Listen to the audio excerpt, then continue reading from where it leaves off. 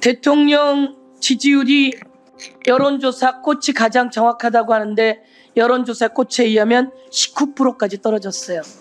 사상 최초로 10%대로 떨어졌어요. 오늘 조금 전에 나온 리얼미터에 의하면 지금 사상 최하로 떨어졌다고 이야기해요. 무슨 얘기인지 아시겠습니까? 대통령 지지율은 왜 이렇게 떨어졌고 국회에서 지난 총선에 야권이 192표를 받았어요. 그렇죠? 여권은 108명이에요. 이러면 대통령이 정신 차려야 돼요. 그러면 정부도 정신 차려야 돼요. 그런데 끊임없이 거부권을 날리면 안 되는 거예요. 말처럼 대통령이 거부권 행사할 수 있어요. 그런데 기분 안 좋다고 마음에 안 든다고 거부권 날리면 국민이 그거 모르겠어요? 그래서 대통령 지지율이 19%까지 떨어진 거예요. 앞으로 어떻게 됩니까? 더 떨어집니다. 명태균은 누굽니까? 저한테 지금 예. 묻으시니까 저는 명태균이 누군지도 모릅니다. 언론에 많이 나왔죠? 네, 언론에서만 봤을 뿐입니다. 많이 나왔는데 대통령하고 가깝다고 하고 오늘 마지막으로 나온 보도에 의하면 스피커로 김건희 여사랑 스피커로 통화한다고 나와요. 거의 매일 통화했다는 거예요.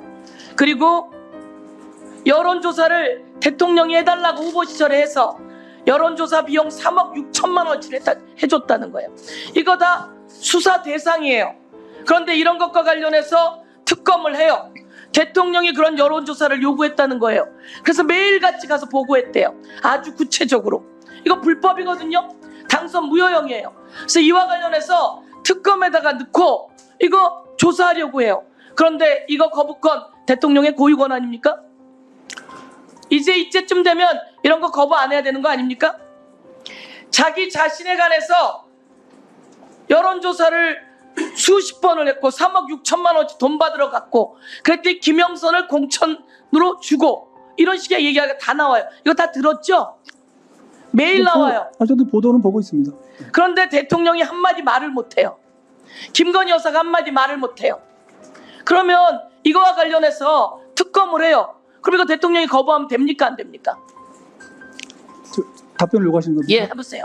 그 부분은 다 정치적인 문제이기 때문에 제가 답변하는 건 적절치 않아 보이고요. 아까도 말씀드렸지만 대통령이 거부권 행사하면 우리 헌법은 국회에서 재의결로 해가지고 거부권을 꺾을 수 있는 그런 장치가 있습니다. 그런 정치적인 대통령이 그거에 대해서 그러면 그런 내용에 대해서 거부권 행사해도 된다고 생각하는 거예요?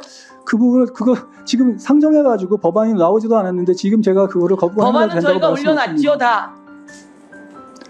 그러니까 그동안에 자, 법제처장님 윤석열 대통령의 변호인이었습니까? 맞습니다.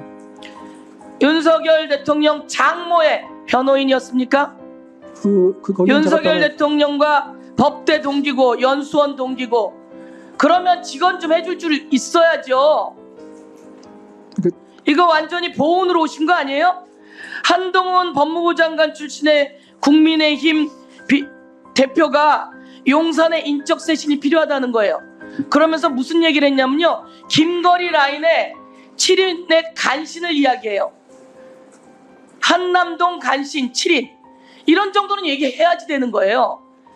노무현 대통령 때 노무현 대통령하고 검사와 대화했었죠?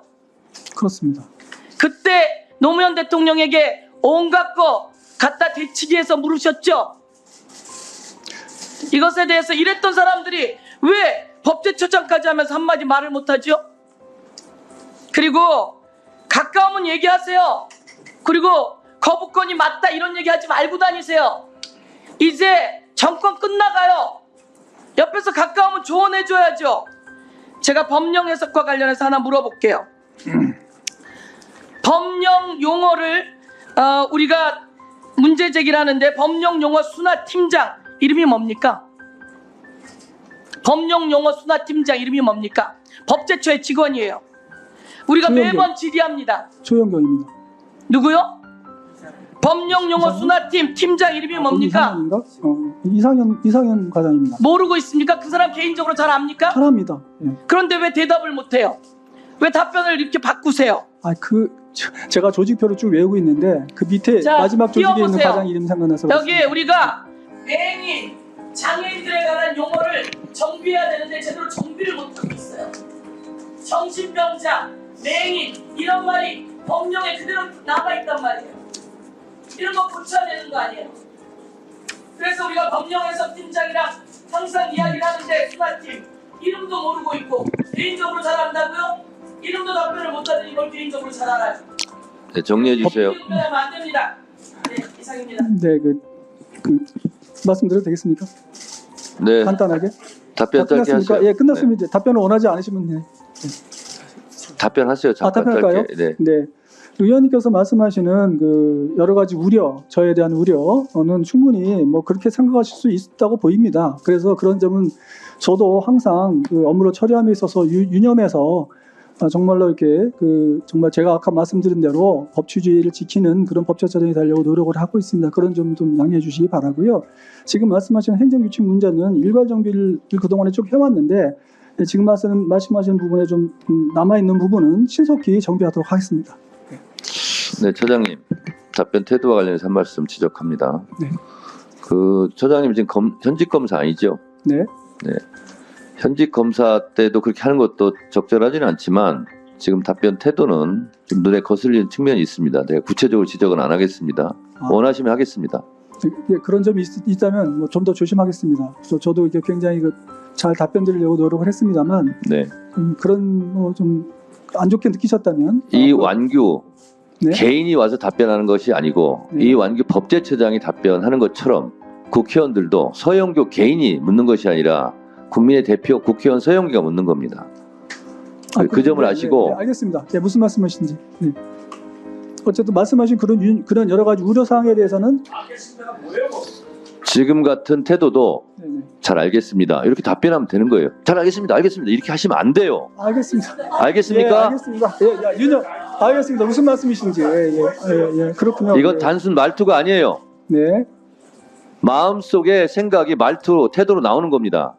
아셨어요? 예, 그렇게 느끼셨다면 뭐 죄송스럽게 생각합니다. 좀 유념하겠습니다. 주의하시기 바랍니다.